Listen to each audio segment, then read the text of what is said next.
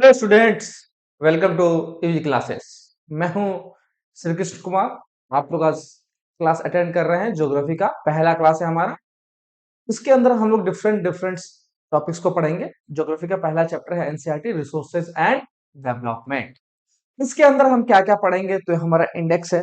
इसके अंदर हम पढ़ेंगे what are going to what we are going to study in this chapter. हम पढ़ेंगे रिसोर्सेज क्या होता है, रिसोर्सेज क्या कहलाता है, कैसे कोई भी सब्सटेंस जो हमारे एनवायरमेंट में है वो एक रिसोर्स बन सकता है, हम इसको देखेंगे। और हम ये भी देखेंगे कि टाइप्स ऑफ रिसोर्सेज, रिसोर्सेज कितने टाइप्स के होते हैं, उनके टाइप्स के बारे में डिस्कस भी करेंगे। ठीक है। डेवलपमेंट ऑफ रिसोर्सेज, अब रिसोर्सेज समझ गए, टाइप्स ऑफ रिसोर्सेज समझ गए, इन रिसोर्सेज को कैसे डेवलप किया जाता है, इनके लिए हम लोग डेवलपमेंट ऑफ रिसोर्स देखेंगे। फिर हम देखेंगे सस्टेनेबल डेवलपमेंट। ये आजकल बहुत ट्रेंडिंग चल रहा है। सस्टेनेबल डेवलपमेंट मतलब डेवलपमेंट के फील्ड में सस्टेनेबल डेवलपमेंट क्या होता है, उसके बारे में हम लोग डिस्कस करेंगे। फिर हमारे चैप्टर में दो एक और टॉपिक है, एक है रियो डी जेनेरियो अर्थ समिट, जो पहला अर्थ समिट था हमारा 1992। और फिर देखेंगे एजेंडा 21। ये एजेंडा 21 क्या है। इस चैप्टर से हमारे बोर्ड एग्जाम्स में 6 मार्क्स के क्वेश्चन आते हैं। रिसोर्सेज से तो रिसोर्स का डिफिनेशन तो पूछता ही पूछता है, क्योंकि हमारे जो चैप्टर देखेंगे हम ज्योग्राफी में, उनमें वाटर रिसोर्सेज है, लैंड रिसोर्सेज है, तो रिसोर्सेज समझना बहुत जरूरी है। ये समझ लीजिए, ये हमारा ब्लैक जींस हो गया। ब्लैक जींस पहनते हैं ना, कि ब्लैक जींस ले लिए, उसको रेड शर्ट डालिए, व्हाइट शर्ट डालिए, ब्लू शर्ट डालिए, उसको चला रहा है, तो ये हमारा समझिए ब्लैक जींस है। इसको हमें जानना जरूरी है, क्यों? क्योंकि अगर हमें मसाला बनाना है तो ग्रेवी सेम होनी चाहिए ना, तो वो ग्रेवी भी सेम ग्रेवी वाली भी बात ये भी हो जाएगी। तो इस क्लास को हम लोग अभी स्टार्ट करेंगे बजरंगबली के नाम लेकर। जय बजरंगबली। क्लास को स्टार्ट करते हैं। सो एक क्विक वार्म अप है। वार्म अप क्या है? ये एनसीईआरटी के जो हेडिंग क्वेश्चंस है ना, वो क्वेश्चंस इसके अंदर मैं डाल दिया हूं। हाँ, इनके इसके इस चैप्टर के अंदर मैं सारा कंटेंट एनसीईआरटी का डाला हुआ हूँ। थोड़ा खूबसूरत बना दिया हूँ पीपीटी को, कि बच्चे अच्छे से पढ़े, अच्छे से देखिए, एचडी क्वालिटी हो, थोड़ा इंटरेस्टिंग हो, तो याद रह सके। पीपीटी बहुत बना, बहुत इंटरेस्टिंग और बहुत ब्यूटीफुल है। ईवी क्लासेस का ये मोटिव ही है कि बच्चों को रटाना नहीं है जी, पढ़ाना है। हमारे जो फाउंडर है ना सर, अनुराग आनंद सर, एटू सर, वो उनका कहना है कि बच्चों को आप नर्चर ऐसे करिए कि बच्चे सेल्फ स्टडी भी कर सके, बच्चों को कॉन्सेप्ट दिख सके और खुद से बना सके चीजें। मतलब रटने पे ज्यादा ध्यान वो ना दे, क्योंकि हम ऐसा हमारा बिलीफ है कि सोशल साइंस सब्जेक्ट मतलब रट्टू तोता, शिकारी आएगा, जाल बिछाएगा, दाना डालेगा, चुपना नहीं। ये इतना याद कर लो, शिकारी आके जाल में बिछाएगा, दाना में डालेगा, चुगने चुग भी लेंगे, क्योंकि हमें पता नहीं है उसका मतलब।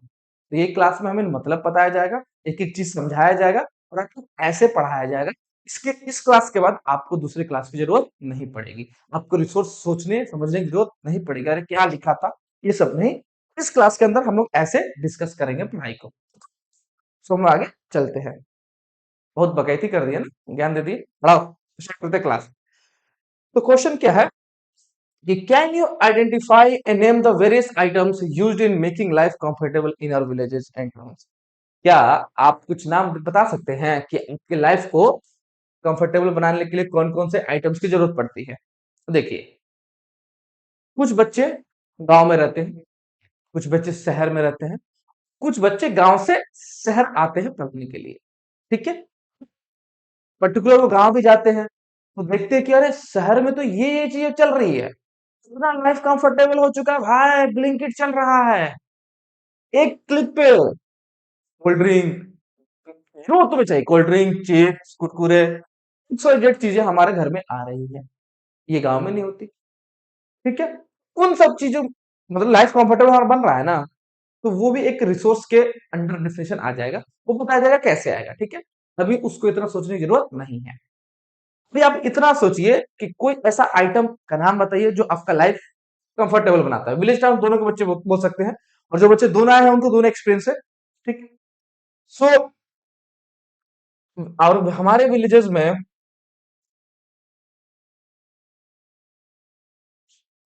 विलेजेस में जो हमारे होती है ना, काट चलती है। कौन सा काट? बुल्लो। ठीक है, ये भी हमारा लाइफ को क्या करती है? कंफर्टेबल बनाती है। फिर हमारे अब गांव में फैन भी रहती है। फिर हमारा लाइफ कंफर्टेबल बनाता है साइकिल। यहाँ फ्यूल है, डीजल पेट्रोल। एसी है, एयर कंडीशनर। कूलर है, ये सब आइटम्स है। ठीक है, ये हमारे लाइफ को क्या करते हैं? कंफर्टेबल बनाते हैं जी। फोन, अरे इसको कैसे भूल गए जी? हमारे न्यू जनरेशन, मोबाइल। मोबाइल का तो नाम मुझे लेना चाहिए। तो ये सब चीज है जो हमारे लाइफ को कंफर्टेबल बनाती है। List the items and name the materials used in their making. आपका ये होमवर्क है। ये आपका क्या है? होमवर्क है। मैं बता दिया, ऐसे ही आपको सोचना है। सोच के ये बताना है कि इन सब आइटम्स को बनाने के लिए कौन कौन से मटेरियल्स यूज हुआ है, ये आपको बताना है। ठीक है, तो ये वार्म अप था। ये सब कुछ आइटम्स है जो हमारी लाइफ को कंफर्टेबल बनाती है। वेल्स है गांव में, ये टिम्बर है, जिससे हम लोग फर्नीचर, हाउसेस, डोर, विंडो ये सब बनाते हैं। इंटरनेट, साइकिल, ये टांगा। गाना था ना, मैं हूं मर्द टांगे वाले, दुश्मन क्या मेरा करेंगे, मेरा दोस्त है ऊपर वाले, मैं हूं मर्द टांगे वाले। कितना लोगों को टांगा नहीं पता होगा? टोंगा पता होगा, टोंगा। दिस इज टोंगा नहीं, दिस इज टांगा। हमारे इसको टांगा बोला जाता है। बचपन हमारा टांगा के प्यार में भी गुजरा हुआ है, क्योंकि हमको टांगा वाला बनना था। बिरजू टांगा वाला था मेरे गांव में। वो बहुत फेमस आदमी था। किसी को कहीं शहर जाना होता था ना, तो टांगा वाले को सुबह बोलता था कि "ए बिरजू, हमको यहाँ छोड़ देना, सुबह 5 बजे हमारे द्वार पे आना, तुम हम भी चलेंगे, जाना है हमको अरे रात।" तो टांगा बहुत इंपॉर्टेंट था, जो लाइफ कंफर्टेबल बनाता है। अब तो सबके घर में बाइसाइकिल, साइकिल आ गया सर। मोटरसाइकिल। मोटरसाइकिल क्या कर रहा है? मोटरसाइकिल भी लाइफ कंफर्टेबल बना रहा है। अपाची, नया नया लड़का सबको अपाची, पल्सर, N12 ये सब बहुत पसंद है ना। लाइफ कंफर्ट मटका। और ये हमारा गैस स्टोव। गांव में हमारे होता है चूल्हा। अभी छठ आएगा ना, तो छठ जो है हमारे लोग का बहुत ही आस्था का पर्व माना जाता है, महापर्व माना जाता है बिहारियों के लिए। छठ बहुत बड़ा पर्व होता है। तो हम लोग बहुत धूमधाम से छठ मनाते हैं। तो छठ में एक चूल्हा भी बनता है। लोगों को पता होगा, आप लोग बिहार से हो और गांव से हो मेनली। शहर के भी लोग चूल्हा तो जानते ही बच्चे, आजकल के बच्चे भी जानने लगे हैं कि के कारण कि चूल्हा क्या होता है। तो उस चूल्हा को बनाने के लिए मिट्टी, भूसा, मतलब जो कि पैडी होती है ना, पैडी के स्टॉक्स को जब वो लोग हम लोग थ्रेशर में थ्रेसिंग करते हैं तो भूसा निकलता है। वो भूसा से सान के अच्छे से मिट्टी को, और उसको ऐसे शेप देके चूल्हा बनाया जाता है। और उस चूल्हे में हम लोग आम की लकड़ी डालते हैं, छठ के लिए ठेकुआ बनाने के लिए आम की लकड़ी। तो लकड़ी उड से आम की भी लकड़ी आ गई। ठीक है, तो ये हमारा छठ का बहुत ही मेन एक एलिमेंट्स है, जो हम लोग को बहुत अच्छा लगता है। जैसे छठ के नाम सुनते ही सुगंध आ जाता है, ठेकुआ का, अगरबत्ती का, घाट का, इस महक आ जाता है। तो ये सब चीजें हैं जो हमारी लाइफ को कंफर्टेबल बनाते हैं। ठीक है, अब बैक इनटू चैप्टर। इस चैप्टर का दो पार्ट है, एक है रिसोर्सेस और एक है डेवलपमेंट। इससे रिसोर्सेस क्या होता है, ठीक है, अब हमें पता चल गया कि ये रिसोर्स है। उसका डेवलपमेंट क्या होता है, ये भी हमें पता करना है। इस चैप्टर में दो पार्ट है, एक है रिसोर्सेज एंड उसका डेवलपमेंट के बारे में हम डिस्कस करेंगे। ठीक है, तीन चीज आपके जवान पे याद होना चाहिए। वो ये तीन लाइन्स है, technologically accepted, economically feasible, sorry technologically accessible, economically feasible, culturally acceptable. अब ये तीन वर्ड क्या है? तो देखिए, रिसोर्स क्या होता है? हम लोग अपने एनवायरमेंट से हम लोग उन सब चीजों को एक्सट्रैक्शन करते हैं जो हमारे नीड्स एंड वांट्स को सेटिस्फाई कर दे। अगर मान लो मुझे टी शर्ट पहननी है तो टी शर्ट के लिए मैं फाइबर कहाँ से लाऊंगा? मैं ऐसे मंत्र पढ़ के हवा में तो नहीं डालूंगा, नहीं। इसके लिए मुझे चाहिए फाइबर। फाइबर कहाँ से आता है? कॉटन। ये सब हमें एनवायरमेंट से मिलता है और हम लोग उसी चीज को क्या करते हैं, यूज करते हैं, ताकि हम लोग एक शर्ट बना पाए। शर्ट टी शर्ट बना के हम लोग पहनते हैं। तो ये मैं शर्ट क्यों पहन रहा हूँ? बिना शर्ट के भी चल सकता था। ये एक मेरा नीड्स, जो नीड्स को क्या कर रहा है, फुलफिल कर रहा है। ह्यूमन के अपने कुछ नीड्स होते हैं, नीड्स को ये फुलफिल कर रहा है। क्या? ये फाइबर। ये हमारे लिए क्या बन जाएंगे? रिसोर्सेस। ठीक है। बट अगर आप ये सोचिए, अगर यही टी शर्ट मुझे 1 लाख रुपए का मिलता, 10 लाख रुपए का मिलता, तो क्या मैं ये टी शर्ट्स को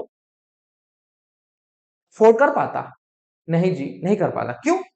रीजन ये है क्योंकि हमारा इकोनॉमिक्स कंडीशन भी उतना अच्छा नहीं है ना कि हम तो 1-2 लाख का और 10 लाख का टी शर्ट पहन ले। ठीक है। तो हमें क्या चाहिए? हमें रिसोर्स तो बन जाएगा, लेकिन वो रिसोर्स इकोनॉमिकली फिजिबल भी होना चाहिए। बट कितना इकोनॉमिकली फिजिबल हो ताकि हम लोग उसको अफोर्ड कर सके। ठीक है। इकोनॉमिकली फिजिबल होना चाहिए, कल्चरली एक्सेप्टेबल, मतलब कि सबके द्वारा एक्सेप्टेबल होना चाहिए। जैसे कि कल्चरली एक्सेप्टेबल का एक बेस्ट एग्जांपल है अभी के टाइम पे बिटकॉइन। तो बिटकॉइन क्या किया? बिटकॉइन आया, बिटकॉइन पहले से, बहुत पहले से आया था, बट लोग उतना कल्चरली एक्सेप्ट नहीं किया था। लेकिन टाइम आया, सब लोग एक्सेप्ट किया, तो उसकी वैल्यू बढ़ गई। तो कल्चरली एक्सेप्टेड चीज हुआ। सो गोल्ड है, सिल्वर है, ये सब कल्चरली एक्सेप्टेबल है चीज।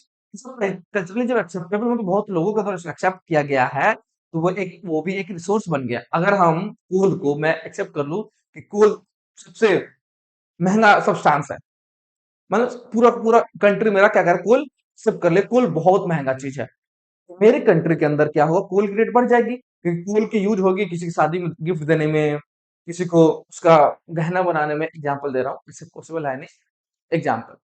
तो कोल क्या होगी, कोल की अपनी एक वैल्यू बन जाएगी। ठीक है। रिसोर्सेज का मतलब कि अपनी एक वैल्यू बननी चाहिए। ठीक है। वो आपको हम बहुत समझा दिए, बहुत बता दिए। चलते हैं डायरेक्ट हम लोग स्टैंडर्ड डिफिनीशन पे, जो हमारे एनसीईआरटी में मेंशन है। क्या है सर वो स्टैंडर्ड डिफिनीशन? वो डिफिनीशन ये है, everything available in our environment. ठीक है। हम लोग जो भी नीड्स और वांट्स की चीजें होती है अपने एनवायरनमेंट से हम लोग एक्सट्रैक्ट करते हैं। Everything available in our environment which can be use to satisfy our needs, जिनका हम लोग यूज करते हैं अपने नीड्स को सेटिस्फाई करने में। प्रोवाइडेड 3 चीज, वो कौन सा है? Technologically accessible, economically feasible, culturally acceptable. Technology accessible मतलब कि टेक्नोलॉजी का यूज करके हम लोग आसानी से उसे एक्सेस कर सकते हैं। ठीक है। और कल्चरली एक्सेप्टेबल समझ में आ गया कि कल्चर्स के द्वारा, मतलब बहुत लोगों के द्वारा कल्चर्स एक्सेप्ट करें। और इकोनॉमिकली फिजिबल मतलब कि वो इतना उसका रेट हो जिसके द्वारा हम लोग अफोर्ड कर सकते हैं। जाकर कोई चीज एक रिसोर्स बनता है। ठीक है।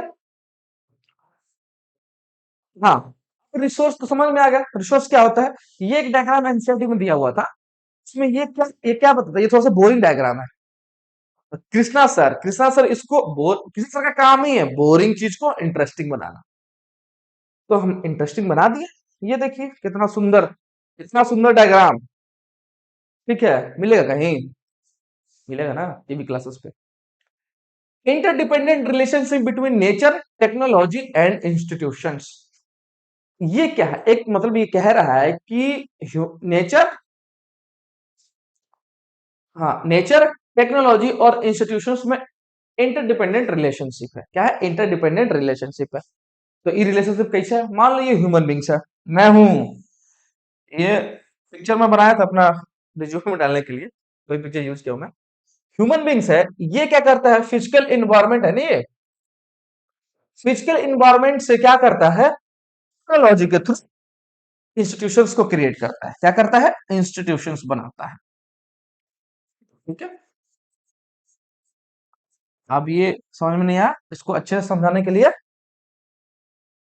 एग्जाम्पल समझेंगे। ये मान लीजिए नेचर है, तो ह्यूमन बींग्स याद रखिएगा, ह्यूमन बींग्स, ये नेचर है। टेक्नोलॉजी, ये ट्रैक्टर्स, मशीन्स, ड्रिलिंग मशीन्स, ये सब टेक्नोलॉजी है। और इसके थ्रू मैं एक बहुत बड़ा सब्जी मार्केट देता हूँ, सब्जी मतलब वेजिटेबल सेलर हूँ। मार्केट में मैं क्या करता हूँ, वेजिटेबल्स को उगाता हूँ, उसको अच्छे ऑर्गेनिकली उगाता हूँ, उसको अच्छे रेट में मार्केट में बेचता हूँ। मैं क्या किया? नेचर के थ्रू, नेचर के हेल्प से मैंने क्या किया, नेचर नेचर है, टेक्नोलॉजी के थ्रू मैंने उस चीज से मैंने चीजें एक्सट्रैक्ट किया और एक इंस्टीट्यूशंस बना लिया। ठीक है? तो ये एक दूसरे पे इंटरडिपेंडेंट रिलेशनशिप है, किस चीज पे? नेचर, टेक्नोलॉजी और इंस्टीट्यूशंस। ठीक। Human beings interact with nature through technology and create institutions. अब ह्यूमन बींग्स क्या करता है? ह्यूमन बींग्स जो होता है वो इंटरेक्ट करता है विथ नेचर, नेचर से इंटरेक्ट करता है टेक्नोलॉजी के थ्रू, और क्या करता है? एक इंस्टीट्यूशंस क्रिएट करता है। इसका मतलब ये हुआ कि मैं हूं, मेरे पास कुछ फील्ड है, खेत है, उस फील्ड पे मैं ऑर्गेनिकली बहुत बड़ा फार्मिंग कर रहा हूँ। ठीक है? और नेचर के सोइल हो गया, नेचर इन्वायरमेंट सब नेचर के थ्रू हो रही है।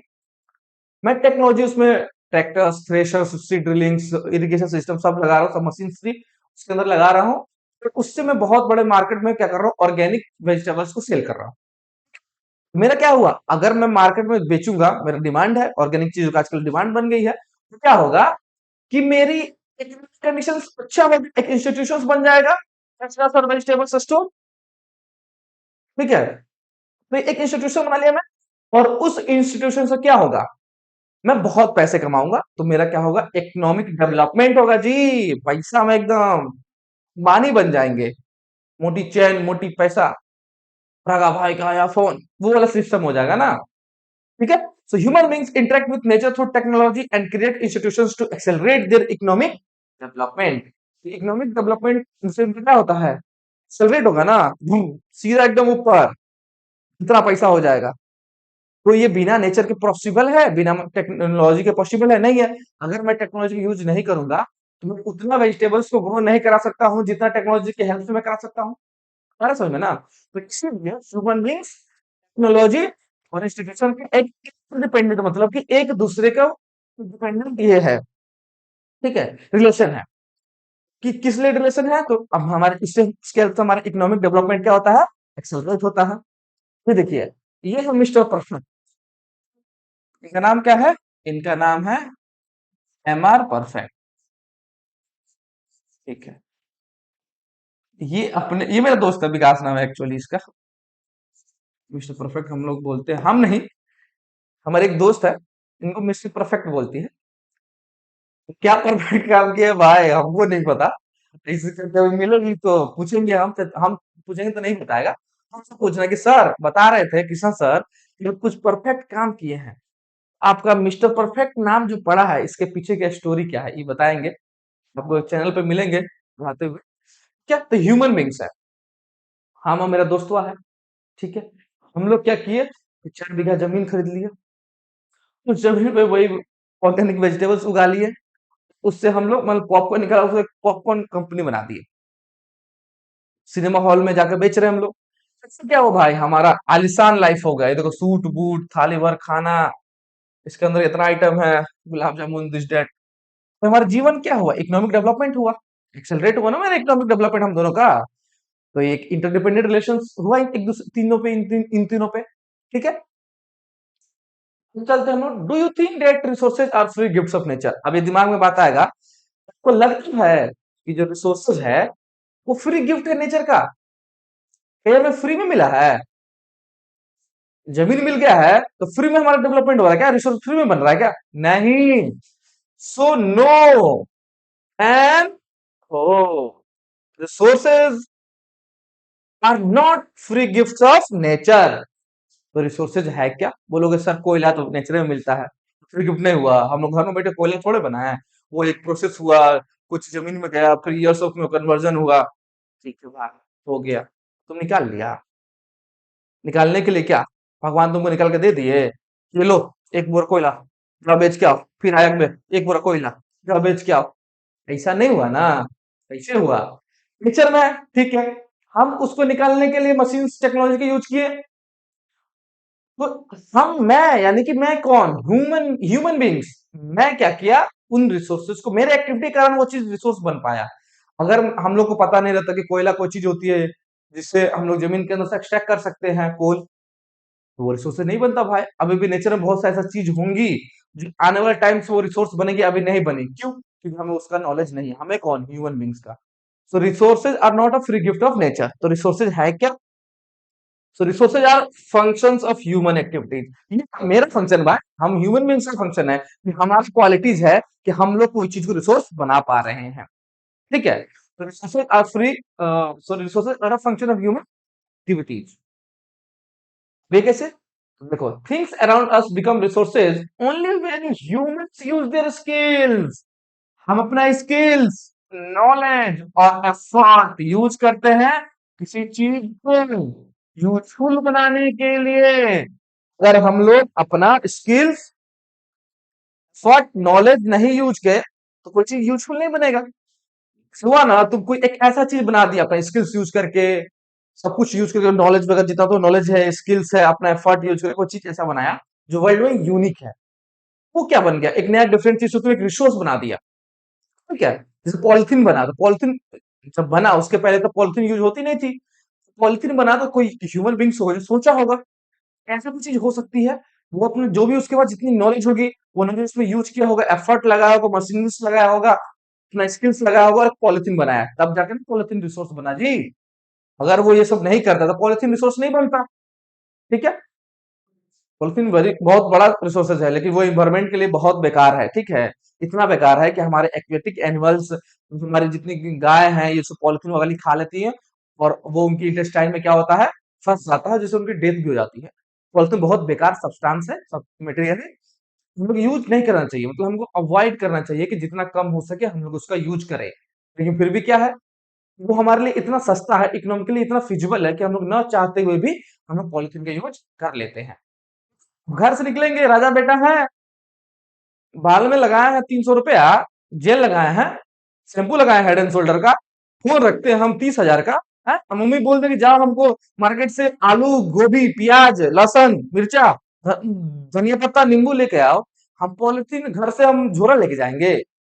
नहीं जी, पॉलिथीन घर से हाथ झटकाते जाएंगे, फोन चलाते जाएंगे कि हाँ ठीक ठीक ठीक ठीक, ओके रील्स आया है, अच्छा सीआईडी का डब रील्स चल रहा है ना, ओ ठीक ठीक ठीक, देखते जाएंगे। उधर से आएंगे तो अपना जो पॉलिथीन दे ही देगा। तो हम लोग का शौक जो है ना, हम लोग शौक के कारण हम लोग का एनवायरमेंट बर्बाद हो रहा है। बच्चों इस बात को ध्यान रखो, ठीक है।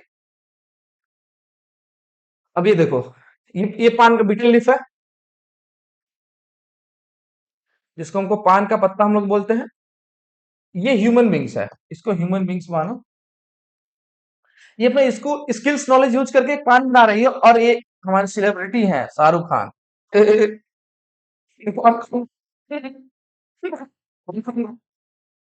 और ये अनुष्का शर्मा। इनके स्किल थोड़ा अच्छा नहीं है, लेकिन ठीक है। ये क्या कर रही है, अपने स्किल्स नॉलेज एफर्ट यूज करके इनको खिला रही पान। क्या हो रहा है, इनकी जो भी दुकान में अच्छा पान सेल होगा। तो इससे हमको यही सीखने को मिलता है कि human being themselves are essential components of resources, कि हम लोग खुद रिसोर्सेज के एसेंशियल कंपोनेंट्स हैं। कि हम लोग को एफर्ट्स, हम लोग स्किल नॉलेज यूज करके हम इसको पान खिलाएं, तो हमारे दुकान का डेवलपमेंट, इकोनॉमिक डेवलपमेंट बढ़ेगा कि नहीं बढ़ेगा? तो हम रिसोर्सेज बना ना इसकी हेल्प से। So human beings themselves are essential components of resources. ठीक है, कि रिसोर्सेज का जो एसेंशियल कंपोनेंट्स है वो ह्यूमन बींग्स खुद है। बिना ह्यूमन बींग्स के रिसोर्सेज बनना बहुत मुश्किल बात है, बनना क्या मन भी नहीं करेगा।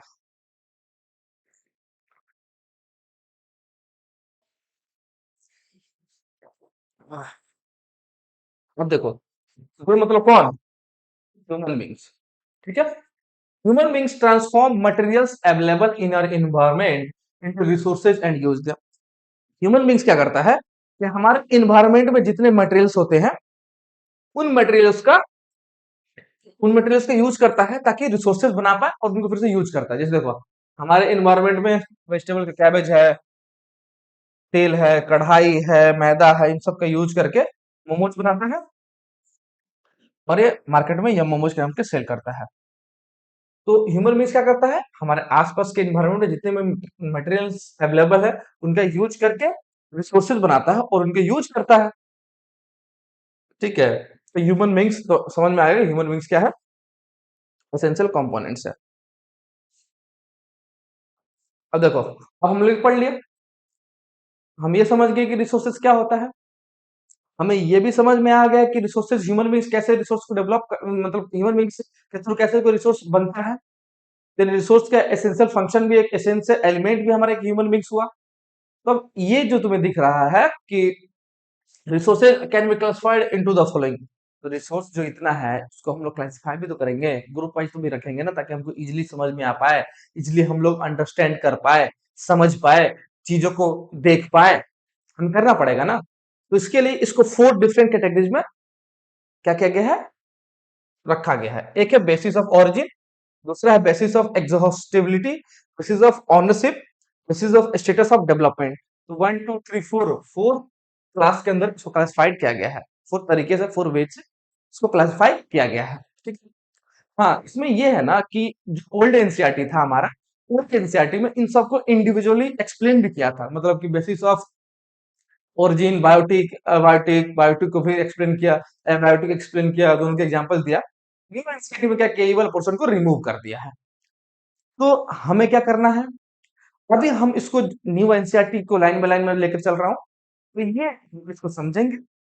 इसको समझने के बाद हम क्या करेंगे, एक नेक्स्ट एक डिफरेंट अलग से एक मैं वीडियो बना दूंगा, जिस वीडियो के अंदर हम biotic, abiotic, basis of origin जो है, बेसिस ऑफ सॉलिबिलिटी है, ऑनरशिप के आधार पे इन सबको मैं सेपरेटली डिस्कस कर दूंगा, ताकि अगर आपको एक्स्ट्रा नॉलेज चाहिए या फिर कहीं एग्जाम में आ जाए तो आपको वहां से यूज मिल जाएगा। ठीक है।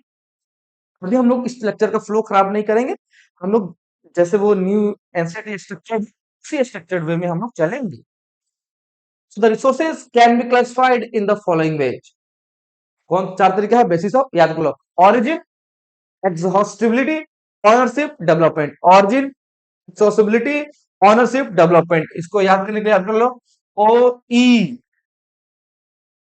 ओ डी, ओई ओडी, ओए ओ, ओआ, ओए ओ, ओआ, ओए, ओए, ओडी, ओए, ओडी। सुना है? ओ से ऑरिजिन, ए से एग्जॉस्टिबिलिटी, से ओनरशिप और डी से डेवलपमेंट। और बेसिस ऑफ सब में लगाते जाना है। ओ ई ओ डी क्या बना है बच्चों, ओ ई ओ डी। ओ से ओरिजिन, ई से एग्जॉस्टेबिलिटी, फिर ओ से ऑनरशिप, फिर डी से डेवलपमेंट। ठीक है। ये 4 चीज है। ओरिजिन में ओरिजिन के 2 पार्ट से, बायोटिक है, एबायोटिक है। बायोटिक का मतलब होता है लाइफ, एबायोटिक मतलब कि नॉन लिविंग थिंग, जैसे सोयल, रॉक्स एबायोटिक हो गया, ह्यूमन बींग्स, ऑर्गेनिज्म, प्लांट्स, ये सब बायोटिक हो गए। इसको हम डिफरेंट लेक्चर्स में डिस्कस करेंगे। ठीक है। एग्जॉस्टेबिलिटी, रिन्यूएबल एंड नॉन रिन्यूएबल, ये हम लोग पढ़ते आ रहे हैं बहुत पहले से। रिन्यूएबल क्या होता है, जो चीज अपने आप को एक सीमित समय में क्या कर ले, रिन्यू कर ले, मतलब कि जिसका हम लोग जो यूज करते हैं और उस यूज के रेट के अनुसार वो भी वो रिन्यू हो रहा है। जैसे पानी है, हम लोग यूज कर रहे हैं तो रेन के थ्रू उसी साल में पानी भी रिन्यू हो रहा है। नॉन रिन्यूएबल जो हम लोग यूज कर रहे हैं और लेकिन उसको रिन्यू करने की जो टाइम है बहुत बड़ी टाइम है, तो हम लोग उसको वैसे यूज कर रहे हैं, मतलब यूज किए जा रहे हैं, कितने में वो खत्म भी हो सकता है, लेकिन वो अपने आप को रिन्यू मिलियंस ईयर्स में करेगा। जैसे कोल है, पेट्रोलियम है, तो नॉन रिन्यूएबल हो गया। फिर आता है honours of individual, community, national, international, कि हम, मेरा अकेला, मेरा धन क्या है, मेरा फोन है। कम्युनिटी वाइज क्या है, तो कोई कम्युनिटी किचन बन गया हो, कम्युनिटी पार्क हो। नेशनल का क्या, नेशनल नेशंस के अंडर जो भी चीजें आती हो उसका अपना ऑनरशिप हुआ, तो नेशनल के अंदर जो भी चीजें होती है नेचुरल रिसोर्सेज के रूप में होती है, वैसे इंटरनेशनल है। इसको हम क्या करके डिस्कस करेंगे। टेंशन नहीं आना मान, सर तो गायब कर दिए, एनसीईआरटी क्या गायब किया, सर गायब कर दिए, बता दिए, गायब कर दिए। नेक्स्ट चैप्टर में हम डिस्कस करेंगे। स्टेटस ऑफ डेवलपमेंट मतलब कोई ऐसा है कि जिसका अंदर पोटेंशियल डेवलपमेंट है, वो चीज डेवलप हो चुकी है, कोई रिलीफ है, ये सबको डिस्कस करेंगे। ठीक है। ओरिजिन में 2 parts, biotic, abiotic, exhaustibility, renewable, non renewable, ownership, individual, community, national and international, status of development, potential, developed, stock and reserve. तो ये है। हाँ, ये एक चार्ट है, ये चार्ट दिया होता है एनसीईआरटी में, इसको डिस्कस कर लेते हैं। रिसोर्सेज में होता है 2, एक नेचुरल होता है, एक ह्यूमन। ह्यूमन भी तो रिसोर्स है ना सर, ह्यूमन ही तो मेन रिसोर्स है, ह्यूमन से ही तो है सब कुछ, मोटरसाइकिल, बाइक, रिक्शा, धन, दौलत, ह्यूमंस नहीं रहता तो इसे कुछ नहीं रहता, ये सब कॉन्सेप्ट नहीं रहता। सो नेचुरल में रिन्यूएबल, जो अपने आप को रिन्यू करते रहे। नॉन रिन्यूएबल, जिसको रिन्यू करने टाइम बहुत ज्यादा हो, तो वो मतलब बहुत रिन्यू नहीं हो सकता है, वो एग्जॉस्ट हो जाएगा। कंटिन्यूअस और फ्लो, एग्जांपल विंड और वाटर। रिन्यूएबल में 2 टाइप का, कंटिन्यूअस और फ्लो। कंटिन्यूअस विंड है, वाटर, उसका फ्लो कंटिन्यूअस है। बायोलॉजिकल मतलब रोज हो रहा है वो चीज कंटिन्यूअस। बायोलॉजिकल जो कि नेचुरल वेजिटेशन, फॉरेस्ट वगैरह, और वाइल्ड लाइफ, ये भी अपने आप को रिन्यू करते हैं, तो ये रिन्यूएबल हो जाएंगे। नॉन रिन्यूएबल रिसाइकेबल, जैसे मेटल्स वगैरह है, हम रिसाइकल कर सकते हैं। तो मेटल्स में क्या है, मान लो सोना की सिकड़ी है मम्मी के पास, तुम्हारा मन किया कि हम लोग थोड़ा सा हनी सिंह टाइप का कुछ पहनेंगे, तो बोले मम्मी मेटल को दो ना, हम कुछ और बनवा लेंगे, हम इसको एक हाड़ अथी बनवाएंगे, हनी सिंह वाला सिकड़ी हम ही बनवा लेंगे। तो मम्मी बोलेंगे ठीक है बेटा, पुराना तो है ही है, हम यूज करते नहीं है, जाओ गरीब को दान दिया, ये ले जा गरीब, खुश हो जा। मम्मी तो मर देती, तुम उसका एकदम पूरा मोटी चैन, मोटी पैसा रखा भाई का, या फोन बना के एकदम मार्केट में चल रहा है ये करके, ठीक है। तो वो रिसाइकल कर सकते हैं हम मेटल्स को, डिफरेंट डिफरेंट ऑब्जेक्ट्स बना सकते हैं उसके हेल्प से। और एक होता है नॉन रिसाइकेबल, जिसको फॉसिल फ्यूल, इसको नॉन रिसाइकल, वो रिसाइकल हो नहीं सकता है। तो ये चीज होती है, नॉन रिन्यूएबल का दो पार्ट था। फिर हम ह्यूमंस क्या होता है, स्ट्रक्चर्स एंड इंस्टीट्यूशंस, ये दोनों ह्यूमंस का ही है। और क्वांटिटी एंड क्वालिटी, इन सबको डिस्कस कर लेंगे हम नेक्स्ट चैप्टर में। ये फ्लो चार्ट देना था, समझाना था, समझा दिए। हाँ, कुछ और समझ लिए? तब तक हम लोग क्या पढ़े, बताओ। जब तक हम लोग पढ़े कि रिसोर्स क्या होता है, टाइप्स ऑफ रिसोर्सेज, चार type, O E O D. Development of resources, कैसे रिसोर्स को डेवलपमेंट करेंगे, अब पढ़ेंगे हम लोग, क्या पढ़ेंगे, डेवलपमेंट ऑफ रिसोर्सेज। अभी हम लोग रिसोर्स पढ़े हैं, ये भी पढ़े हैं ह्यूमन बींग्स कैसे फंक्शन करता है, ह्यूमन बींग कैसे कोई चीज रिसोर्स के हेल्प से वो इंस्टीट्यूशंस बनाता है, फिर इकोनॉमिक उसका डेवलपमेंट होता है। ये सब चीजें हम लोग पढ़ चुके हैं। अभी हम लोग पढ़ेंगे डेवलपमेंट ऑफ रिसोर्सेज, कि रिसोर्सेज का डेवलपमेंट कैसे किया जाए।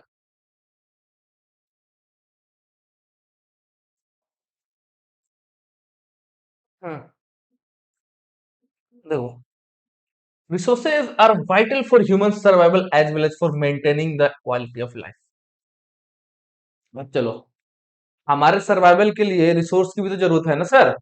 अगर हम लोग घर ना बनाए तो क्या हो, घर हमें कैसे हेल्प करता है, घर हमें प्रोटेक्ट करता है ना, वाइल्ड एनिमल से, थीप से, जो भी हमारे क्लाइमेटिक कंडीशंस होते हैं उन सब से हमको प्रोटेक्ट करता है। ऐसा तो है नहीं कि ह्यूमन बींग्स रिसोर्सेज बनाकर रिसोर्सेज को ऊपर कोई एहसान कर दिया है। ह्यूमन बींग्स रिसोर्सेज बनाया खुद के लिए है, कि वो खुद का हेल्प कर सके। यानी कि रिसोर्सेज ह्यूमन बींग्स के सर्वाइवल के लिए बहुत इंपॉर्टेंट है, ठीक है। सो वही लिखा गया है कि resources are vital for human survival as well as for maintaining the quality of life. Life की अपनी क्वालिटी बनाने के लिए रिसोर्सेज का डेवलपमेंट होना और रिसोर्सेज को मेंटेन करना अच्छा, मतलब इंपॉर्टेंट चीज है। तो है कि resources are vital for human survival as well as for maintaining the quality of life. तो क्वालिटी को मेंटेन करने के लिए इन सब चीजों की जरूरत पड़ती है। देखो, ये देखो, ये हम है, ठीक है। ये क्या बोल रहे हैं कि जितना रिसोर्सेज है मैं खत्म कर दूंगा, फ्री का तो है। मतलब हम, मतलब क्या, कृष्णा सर नहीं कि सर आप ही तो हैं, हम खत्म कर दीजिएगा, हम लोग मना कर रहे हैं, हैं? अरे नहीं भाई, ये तुम सबका फोटो मेरा है लेकिन बात तुम सबका है। क्या बात है कि जितना रिसोर्सेज है मैं खत्म कर दूंगा, फ्री का तो है। ऐसा बिलीफ होता है कि, मतलब ऐसे लोगों को विश्वास है कि अरे फ्री का तो है, हमको यहाँ से वहां 100 मीटर जाना है, भाई कैसे जाएंगे, गरीब हैं, कैसे जाएंगे, उधर बाइक अपाची लिए काय के लिए, जाने के लिए तो, ठीक है। सो इससे क्या होगा, इससे बहुत सारे प्रॉब्लम्स सॉल्व हो जाएंगे, जो आगे चल के हम लोग डिस्कस करेंगे, ठीक है। It was believe that resources are free gifts of nature, ऐसा बिलीफ है, ऐसे लोगों को लगता है कि अरे फ्री में तो है, ठीक है। ये रिसोर्स क्या है, नेचर का फ्री गिफ्ट है, बस ऐसा नहीं है, ठीक है। ये देखो, ये कोई नए जुग के नए बच्चे नए दुनिया जलाएंगे, जिगर जलाएंगे, दुनिया जलाएंगे, सब कुछ जला देंगे, ठीक है। तो smoking is injurious to health, ठीक है, स्मोकिंग नहीं करना चाहिए। मैं ये जानबूझ के पीपीटी डाला हूँ सिगरेट वाला, इसलिए डाला हूँ क्योंकि आजकल मैं ये देख रहा हूँ कि जो नए नए बच्चे हो रहे हैं, जो अभी नए युग के बच्चे, इन सब की लत में बहुत ज्यादा पड़ जा रहे हैं, ये बहुत गलत है, ठीक है। तो ये सब मत करो, इससे इन्वायरमेंट का तो नुकसान है ही, एक तुम्हारे घर का रिसोर्सेस भी जा रहा है। अगर तुम्हारे हेल्थ को कुछ होता है, तो मान लो ऐसा हो ना, लेकिन मान लो अगर कुछ तुमको होता है इन सब चीजों एक्टिविटी के कारण, तो क्या होगा, तुम्हारे जो मम्मी पापा हैं, जो तुम्हारे छोटे भाई हैं, उनकी क्या है, एक नींव है, उन लोग तुम पे इन्वेस्टमेंट किए हैं भाई, इतना पैसा देकर तुम्हारे इतना इन्वेस्टमेंट किए हैं, अपना जो भी हार्ड अर्न मनी है तुमको दिए हुए हैं कि भाई तुम्हारी पढ़ाई में कोई दिक्कत ना हो, तुम कपड़ा पहनो, अच्छे से तुम अच्छे से पढ़ लो, इतना तुमको फ्री, तुमको जो भी गैजेट्स दिए हैं, टैब है, फोन है, वाईफाई है, जो तुम बोलो वो देते हैं, साथ में तुम्हें पॉकेट मनी देते हैं, तुम्हें कोई दिक्कत ना हो मेरे राजा बेटा को, सब कुछ देखभाल करते हैं। तुम क्या कर रहे हो? तुम क्या कर रहे हो? अपने हेल्थ को भी डिग्रेड कर रहे हो। तुम्हारा हेल्थ खराब होगा, माँ बाप का पैसा जाएगा हॉस्पिटल में, फिर एक अगर ज्यादा एक्स्ट्रा कंडीशन बन जाए तो डेथ भी हो जाएगी। तो क्या होगा कि उनका एक रिसोर्सेज भी चला गया, इतना इन्वेस्टमेंट किया तुम पे, इतना प्यार लव सब कुछ, एक इन्वेस्टमेंट था तुम पे, और तुम गलत कारणों में पड़ के सब खत्म कर दिए। तो ये मत करना गाइस, ये बहुत ही बेकार है। तो 20 किलोमीटर दूर ये क्या बना कि चाय पीने जाऊंगा, फिर 2 सिगरेट पीऊंगा, फिर दोस्तों के साथ आवारागर्दी करूंगा, ये नहीं करना है। ये बिल्कुल नहीं करना है, ठीक है, इसलिए मैं डाला था ये। तो इसमें ये है कि, तो इसे बिलीफ है कि ये फ्री गिफ्ट ऑफ नेचर है, तो मैं जो मन जैसे मन मतलब कि यूज करूंगा। फ्री में कुछ हमें मिलता है, उसकी हमें इंपॉर्टेंस नहीं होती है, ऐसा हम लोग को लगता है। फ्री मिलता है सब ह्यूमन बींग्स को लगता है, ठीक है। से as a result human beings use them indiscriminately, जैसा मेरा मन वैसे हम लोग यूज करते हैं। इनडिस्क्रिमिनेट मतलब कि बिना मतलब का यूज किए जा रहे हैं, यूज नहीं करना, छोड़ अपना टाइम टिक कर रहे हैं हम लोग। टिप वर्षा वाला रील देख रहे हैं, उधर पानी टिप टिप, इधर तुम टिप टिप कर रहा है, ठीक है। तो रिसोर्स बर्बाद हो रहा है, हम लोग को ध्यान ही नहीं है। वही अगर तुम्हारा कोई पैसा ढप ढप रोज गिरा है, कोई तुम्हारा इंपोर्टेंट चीज कोई गिरा है, तो तुम क्या दौड़ जब, अरे ऐसे कैसे हो सकता है, बहुत इंपॉर्टेंट है, ठीक है। तो as a result human beings use them indiscriminately, जिस कारण फ्री गिफ्ट ऐसा सोचता है, इसलिए उसको बिना मतलब का यूज करता है सब कुछ। अब देखो, अगर ये जब हम लोग ऐसे ही इनडिस्क्रिमिनेटली अपने रिसोर्सेज यूज करते रहे, तो ये कुछ पिक्चर है जो ऐसे हमारा अर्थ दिखेगा। तो समझ लो ऐसा दिखेगा तो क्या हालत होगा। अभी देखो ग्लोबल वार्मिंग आ चुका है, बिन मौसम बरसात हो रहा है, ऐसी हालत आ जाएंगी, तो आगे चल के हमें दिक्कत होगा, हमें मतलब हमारे आने वाले जनरेशन को, ह्यूमन बींग्स को, ठीक है। तो हमें इनडिस्क्रिमिनेटली यूज नहीं करना, वाइजली यूज करना है। प्रॉब्लम बोले ना, इससे प्रॉब्लम्स होगा। क्या प्रॉब्लम्स होगा? So depletion of resources for satisfying the greed of few individuals, कि जो रिसोर्सेज का डिप्लीशन होता है कुछ कुछ इंडिविजुअल्स के अपना ग्रीड को सेटिस्फाई करने के लिए। अगर तुम बिन मतलब के रिसोर्सेज को बर्बाद करोगे, पानी बर्बाद करोगे, तो किसी और को वो हिस्सा का पानी नहीं मिलेगा। खाना बर्बाद करोगे तो वो हिस्सा जिसको मिलना होगा वो खाना नहीं मिलेगा। तो फिर एक तो रिसोर्सेज में डिप्लीशन हुआ, डिप्लीशन ऑफ रिसोर्सेज, क्यों? क्योंकि तुम्हारा लालच, तुम्हारे ग्रीड के कारण रिसोर्स क्या हो गया, खत्म हो गया। ये देखो, accumulation of resources in few hands, इससे प्रॉब्लम ये भी होगा कि कुछ लोगों के हाथ में रिसोर्सेज का एक्यूमुलेशन हो जाएगा, जिससे सोसाइटी दो पार्ट्स में डिवाइड हो जाती है, पुअर और rich, haves and have nots, ठीक है। So accumulation of resources in few hands हो जाएगी, सही, ये सब प्रॉब्लम क्रिएट होगा, ठीक है। और एक और प्रॉब्लम था, हाँ, indiscriminate exploitation of resources have led to global ecological crisis, कि बिन बुद्धि के, बिन दिमाग लगाए अगर हम रिसोर्सेज का यूज कर रहे हैं इंडिस्क्रिमिनेटली, एक्सप्लॉइट हो जाएगा वो चीज की जितनी कैपेसिटी है उससे ज्यादा हम लोग उसका यूज कर लेंगे। अंग्रेज क्या करते थे, ब्रिटिशर्स हमारे इंडिया को एक्सप्लॉइट करते थे। Exploit मतलब क्या कि अगर इंडिया के अंदर से कैपेसिटी है 1 केजी अनाज निकालने की, तो वो 3 केजी निकालने की कोशिश करते थे, मतलब उसकी जो रिसोर्सेज है उसको निचोड़ देना, उसमें कुछ बचे ही ना। कैसे करते थे ब्रिटिशर, हम लोग वैसे ही कर रहे हैं। Indiscriminate exploitation of resources led to global ecological crisis हो रहा है हमारे यहाँ। Example, global warming, ozone layer depletion, environmental pollution and land degradation, ये सब हो रहे हैं। Therefore, resource planning is essential for sustainable existence of all forms of life. इसीलिए रिसोर्सेज का अच्छे से प्लानिंग होना चाहिए, ताकि जितने भी फॉर्म्स ऑफ लाइफ है वो अच्छे से एक सस्टेनेबल एग्जिस्टेंस हो। हमें क्या समझना है? सस्टेनेबल एग्जिस्टेंस, ठीक है। सस्टेनेबल एग्जिस्टेंस या इसलिए सस्टेनेबल डेवलपमेंट एक concept आया हमारे यहाँ। तो सस्टेनेबल डेवलपमेंट क्या होता है ये समझना है, ठीक है, कि सस्टेनेबल डेवलपमेंट क्या होता है, कैसे होता है। एग्जाम के लिए भी इंपॉर्टेंट है, नॉर्मल समझने के लिए भी इंपॉर्टेंट है, जानना भी चाहिए हर किसी को। सस्टेनेबल डेवलपमेंट, मान लो कोई चीज है, ठीक है, तुम भी यूज, तुम मान लो तुम यूज कर रहा है, दो कोई सामान है, तुम भी यूज कर रहा है, ठीक है। तो तुम क्या करोगे, अगर मान लो कि तुम इसमें मान लो करके यहाँ इतना नीड्स है, तुम यूज करो, इतना छोड़ दो, क्योंकि तुम्हारा नेक्स्ट जनरेशन आएगा उसको मिले। जैसे पानी है, बहुत सारा पानी हमारे पास है, हम लोग को उस वे में इसका यूज करना चाहिए, ताकि नेक्स्ट जनरेशन को भी मिले, तो रिन्यूएबल है तो मिल सकता है, लेकिन नॉन रिन्यूएबल जो सब्सटेंस है, जैसे क्या है, कोल है, पेट्रोलियम है, गैस है, एलपीजी, ये सब क्या है, नॉन रिन्यूएबल है। अगर हम लोग उसको अच्छे से यूज नहीं करेंगे, इनडिस्क्रिमिनेटली यूज करेंगे, जब मन जैसे मन वैसे ही यूज करेंगे, तो क्या होगा, वो चीज डिप्लीट होगा ना भाई, इन्वायरमेंट से वो खत्म हो जाएगा। तो जब खत्म हो जाएगा तो आने वाले जनरेशन को वो चीजें तो नहीं मिलेगी देखने को, यूज नहीं कर पाएंगे वो। फिर कुछ साल बाद ऐसा होगा कि जब सब रिसोर्सेज ही खत्म हो जाएगा, तो हम लोग वैसे ही नंगा फकीर भूखा की तरह चलेंगे, एक जगह से दूसरी जगह, ठीक है। तो यही सस्टेनेबल डेवलपमेंट का कॉन्सेप्ट है कि तुम भी यूज कर लो और तुम्हारे नेक्स्ट जनरेशन भी उस चीज का यूज कर लो, इस तरह से वाइजली यूज करो। ऐसा ना हो कि नेक्स्ट जनरेशन आए बोले, अरे मेरे दादा परदादा तो ये सब यूज करके खत्म कर दिया, अब हमारे लिए क्या बचा है, फेंगा। तो ऐसा वाला नहीं करना है हमें। ऐसा यूज करो कोई चीज को, अगर कोई भी रिसोर्स तुमको मिल रहा है उसको यूज करो, क्योंकि वो तुम्हारा नीड से वाइज उसको यूज करो, ठीक है, कोई दिक्कत नहीं, लेकिन ऐसे यूज मत करो ताकि वो एकदम से डिप्लीट हो, इसको एक्सप्लॉइट मत करो, ठीक। तो ये है, ये सस्टेनेबल डेवलपमेंट का कॉन्सेप्ट है। मान लो कि ये हम लोग, ये सस्टेनेबल डेवलपमेंट हम लोग अपने जनरेशन जो हमारे बेटे होते हैं ना, उन सबको, उन सबके लिए करते हैं कि भाई हम बहुत पैसा कमा लिए, कुछ रख देते हैं, ताकि मेरा जो नेक्स्ट जनरेशन आएगा क्या करेगा, उस चीज का यूज कर ले, और वो भी मतलब भूखा नहीं मरे भाई, कुछ रहे उसके पास। हम लोग इस वे में सस्टेनेबल डेवलपमेंट करते हैं, लेकिन जिस वे में करना चाहिए उस वे में नहीं करते। जैसे ये देखो, किसान सर है, क्या करेंगे, ईवी क्लासेस से बहुत सारा पैसा कमा लेंगे, ठीक है। ईवी क्लासेस बहुत फेमस हो जाएगा, बहुत फेमस हो जाएगा तो बहुत हम पैसा कमा लेंगे, तो क्या होगा, दो पोटरी पैसा हो गया, फिर डॉलर ही डॉलर।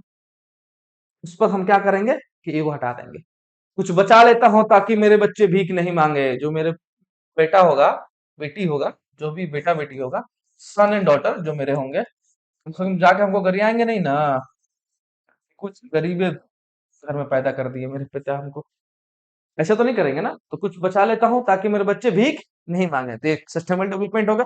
लिख के मत आ जाना कि किसान साहब देखो पोटली बनाए थे, एगो फोटो बनाए थे, एगो पोटली गायब कर दिए थे, फिर ऐसे लिखे थे, नंबर मिल जाएगा, हो गया। अरे भाई, इसके लिए एक नया डिफिनीशन स्टैंडर्ड डिफिनीशन बुक में दिया हुआ है, ये समझाने के लिए था। क्या दिया हुआ है, sustainable economical, sustainable economic development means development should take place without damaging the environment, वैसा डेवलपमेंट जो बिना इन्वायरमेंट को नुकसान पहुंचाए, डैमेज नुकसान पहुंचाए डेवलप्ड हो।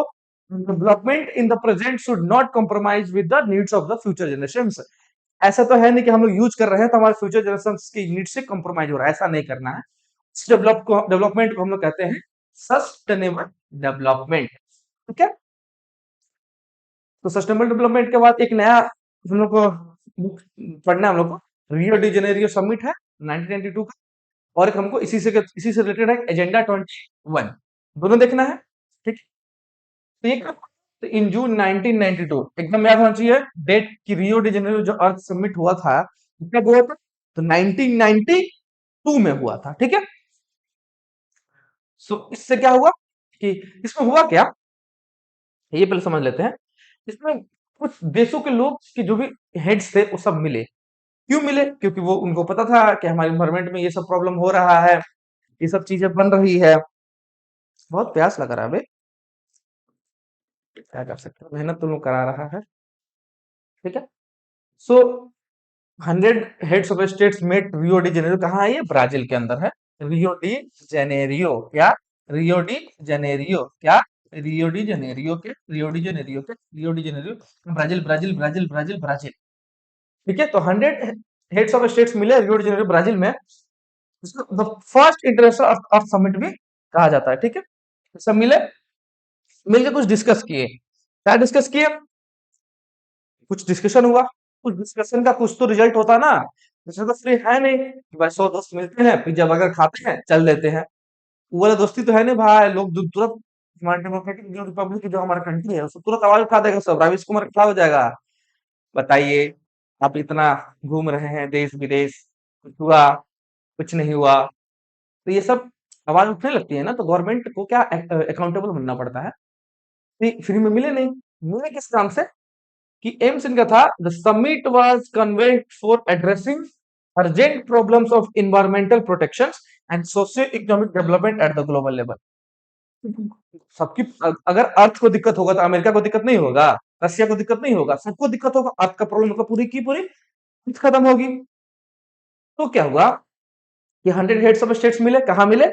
रियो डी जेनेरो ब्राजील में मिले। उनको हम लोग फर्स्ट इंटरनेशनल अर्थ समिट कहते हैं। इनका एम यही था कि the summit was conveyed for addressing urgent problems of environmental protection, कि जो भी हमारे एनवायरमेंट में दिक्कत है उसको प्रोटेक्ट करना है। तो समिट एड्रेस किया गया ताकि जो भी अर्जेंट प्रॉब्लम्स था एनवायरमेंटल प्रोटेक्शन को उसको डिस्कस किया जा सके।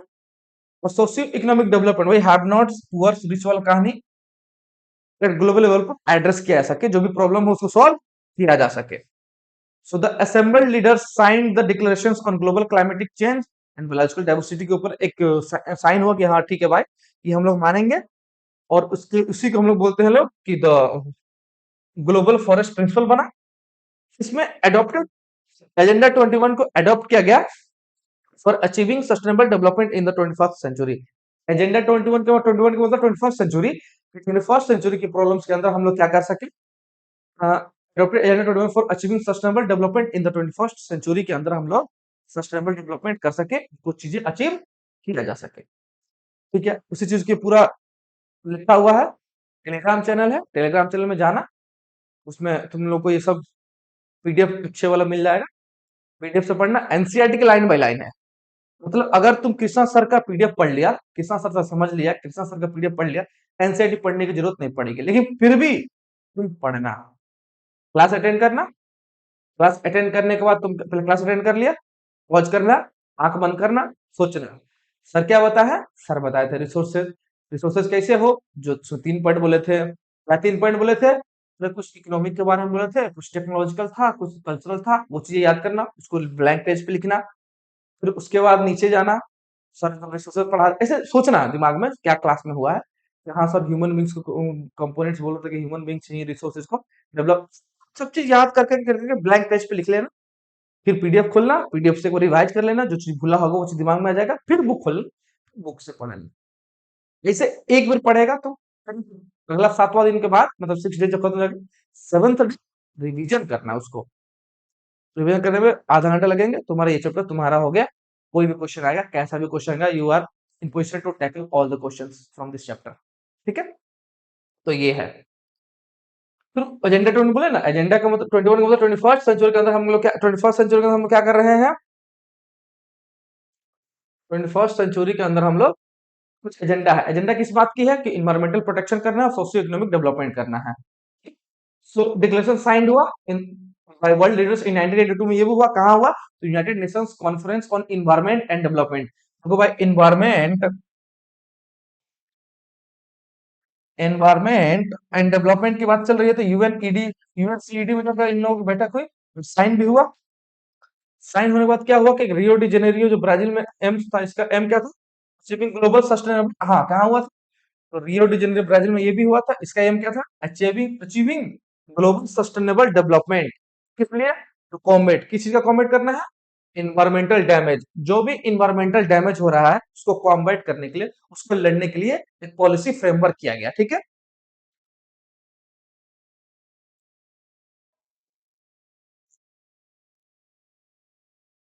पॉवर्टी को से लड़ने के लिए, disease through global cooperation on common interest. जो भी डिजीज है, जो वैसा डिजीज जो इंडिया में भी हो रहा है, ब्राजील में भी हो रहा है, मान लो अमेरिका में भी हो रहा है, रशिया में भी हो रहा है, चारों जगह ये बीमारी हो रही है। तो ये चारों कॉपरेट करेंगे एक दूसरे से, अपना रिसोर्सेज, अपना मैन स्किल्स नॉलेज यूज करके कुछ ऐसा मेडिसिन डेवलप करेंगे जिससे ये प्रॉब्लम्स क्या हो सके, इरेडिकेट हो सके। इसके लिए भी फ्रेमवर्क बना।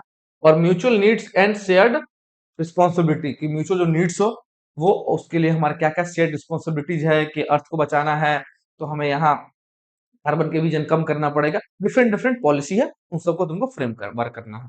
इसमें एक मेजर बात था, मेजर बात ये था कि हर लोकल गवर्नमेंट अपना अपना एक लोकल एजेंडा 21 क्या करेगा, फ्रेम बनाएगा, और उसके ऊपर क्या करेगा, काम करेगा, उस चीज को हटाने के लिए कोशिश करेगा। इसका एक मेजर ऑब्जेक्टिव था कि every local government should draw it's on local agenda 21। ठीक, ये भी इसके बारे में है, ये पढ़ लेना। उसके बाद देखिए, हाँ ये लास्ट क्वेश्चन है, क्या है क्वेश्चन, ये भी होमवर्क ही रहेगा तुम लोग को, मैं थोड़ा सा हेल्प करा दूंगा, फिर बकेगा तुम लोग अपने से खुद से करना। Imagine if oil supply gets exhausted one day, how would this affect our day lifestyle? सोचो कि जो भी ऑयल सप्लाई है एग्जॉस्ट हो गया, मतलब खत्म हो जाए, क्या हो जाए, मतलब ये काट नहीं रहा है, खत्म हो जाए मान लो, तुम क्या करोगे? ऑयल सप्लाई जब खत्म हो जाएगा तो तुम्हें पता है मेजोरिटी ऑफ जो हमारी इलेक्ट्रिसिटी होती है वो थर्मल पावर स्टेशन से आती है, जो यही ऑयल्स और कोल्स वगैरह पे चलती है। एग्जॉस्ट हो जाएगा तो भाई गाड़ी बंद हो जाएगा, इलेक्ट्रिसिटी भी कहीं ना कहीं इफेक्ट हो जाएगा। फिर क्या होगा, इंटरनेट बंद हो जाएंगे, वाईफाई बंद हो जाएगा, इंटरनेट बंद हो जाएगा, बहुत सारी दिक्कत आ जाएगी। फिर लोग मैनुअल वर्क पे चला जाएगा, लोग टांगा यूज करने लगेगा, बाइसाइकिल यूज करने लगेगा, अल्टरनेटिव ईवी टर्री ये सब यूज करना स्टार्ट कर देंगे हम लोग। ठीक है, तो हमारे लाइफ को क्या करेगा, इफेक्ट करेगा। इस टाइप का क्वेश्चंस को तुम लोग एक बार होमवर्क खुद के दिमाग से यूज करना, खुद का इंटेलिजेंस यूज करना और सोचना क्या है इसका। आगे हम लोग इसी ऐसे ही वीडियो लाते रहेंगे। सपोर्ट करना है क्योंकि अच्छा पढ़ाई होगी यहाँ पे, ये फिक्स्ड है, क्योंकि हम लोग का एम ही है बच्चों को अंडरस्टैंड कराना, कोई चीजें कॉन्सेप्ट है। हाँ, अगर तुम लोगों को कहीं कोई प्रॉब्लम हुआ कि सर आप ये प्रॉब्लम हो गया, तो तुम लोग क्या करना कि मेल दिया प्रोवाइड कराया जाएगा एक विद्यार्थी का, उस मेल पे क्या करना, तुम लोग मेल करना, कमेंट कर देना इस वीडियो के नीचे, सब कमेंट को पढ़ा जाएगा, एक एक प्रॉब्लम को सोल्व किया जाएगा, और सब हर किसी का एक लाइव सेशन ले लिया जाएगा वीक में एक डेज की, जो प्रॉब्लम होगी उन सबको लाइव करके डिस्कस कर लिया जाएगा कि हाँ ये प्रॉब्लम थी, तो एक बार और समझा दिया जाए। फ्री इनिशिएटिव है, फ्री में पेड का मजा है, मतलब फ्री इनिशिएटिव है, फ्री में आओ पढ़ो, प्रॉब्लम हो रही है कमेंट करो, लाइव सेशन होगा, तुम्हें फिर से पढ़ाया जाएगा, तुम्हें बहुत सारे क्वेश्चन कराए जाएंगे, ताकि तुम्हारे क्या हो बोर्ड एग्जाम में एकदम मस्ती से मक्खन जैसी चीजें चले। ठीक है, सो थैंक यू